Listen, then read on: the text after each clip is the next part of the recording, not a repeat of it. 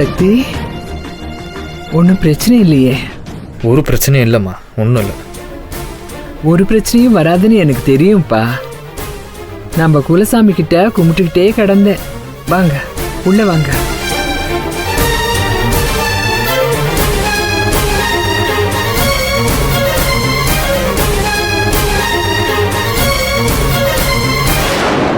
சனனி, நீ உள்ள போய் படு. சக்தியை கூட்டிட்டு போப்பா. சாப்பிட ஏதாச்சும் கொண்டு வரேன். ஃப்ராடுகளா, எப்படியோ தப்பிச்சிட்டீங்கல்ல. இந்த மாதிரி எவ்வளவு நாள் தான் இப்படியே வசனம் பேசி தப்பிக்கிறியா நானும் பாக்குறேன். சீக்கிரமே உங்களை சிக்க வைக்கிறேன்டியா. ஏய், என்ன ஓவரா பேசிக்கிட்டு இருக்க? என்ன உனக்கு பிரச்சனை இப்ப? விடு. எங்கறதெல்லாம் மொண்டாட்டிட்ட வச்சுக்க. சாவ வராத. சக்தி விடு சக்தி. கதிர் வேணா கதிர், விடுங்க கதிர். அங்க சொல்றி. தேவையில்லாம பேசாத.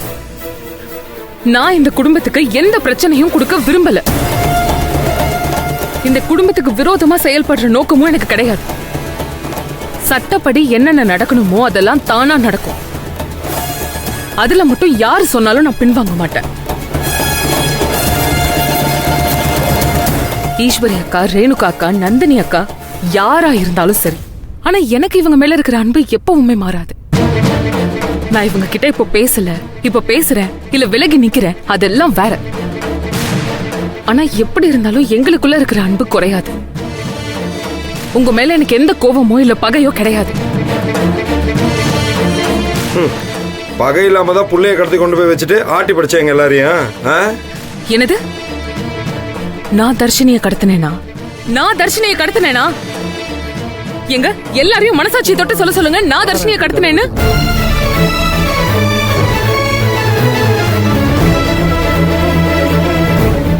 அவளை கஷ்டப்பட்டு காப்பாத்தி அவ்வளவு போராட்டத்துக்கு அப்புறம் கூட்டிட்டு வந்த. அதுக்குள்ள என் மேல என்னென்ன பழி போடணுமோ போட்டு என்ன அசிங்கப்படுத்தி என்னென்ன பண்றீங்க?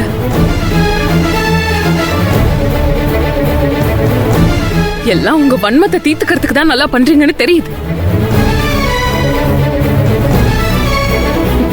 ஆனா இதுல மத்தவங்களும் பேசாம நின்னு வேடிக்கை பாக்குறாங்கல்ல, அதான் ஏன்னு புரியல.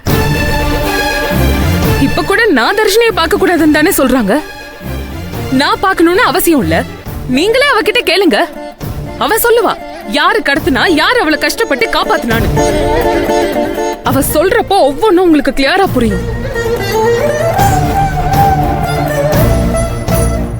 தான் வயிற்றுல இருக்கிற புள்ளைய கூட பொருட்டா நினைக்காம உங்க மக்களை கஷ்டப்பட்டு காப்பாத்தி கொண்டு வந்திருக்கா.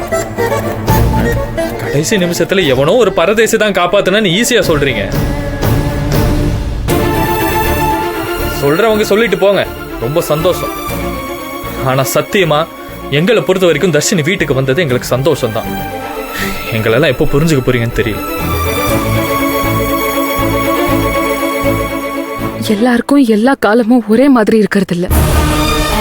நான் இந்த வீட்டுக்கு மருமகளா வந்தப்போ அக்காங்களை என்ன அரவணைச்சாங்க. அது நான் என்னைக்கும் மறக்க மாட்டேன். எல்லார் லைஃப்லயும் அவங்கவங்களுக்கான பர்சனல் ஸ்பேஸ் இருக்கு. நான் இந்த ஊரை விட்டு போறேன்னு சொன்னப்போ அப்பதான் என்கிட்ட ஒரே ஒரு விஷயம் மட்டும்தான் சொன்னாங்க. இந்த வீட்டு பெண்களுக்காக நீ என்ன செய்ய போறேன்னு கேட்டாங்க. அந்த ஒரே ஒரு காரணத்துக்காக தான் நான் திரும்ப வந்தேன்.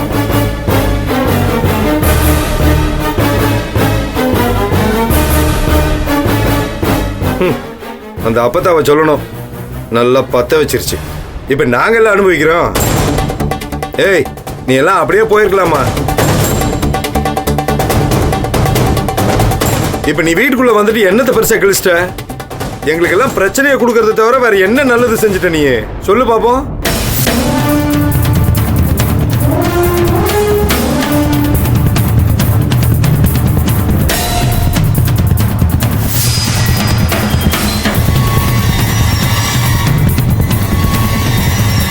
கேட்டீங்கல்ல, நான் என்ன பண்ணேன்னு கேக்குறாரு.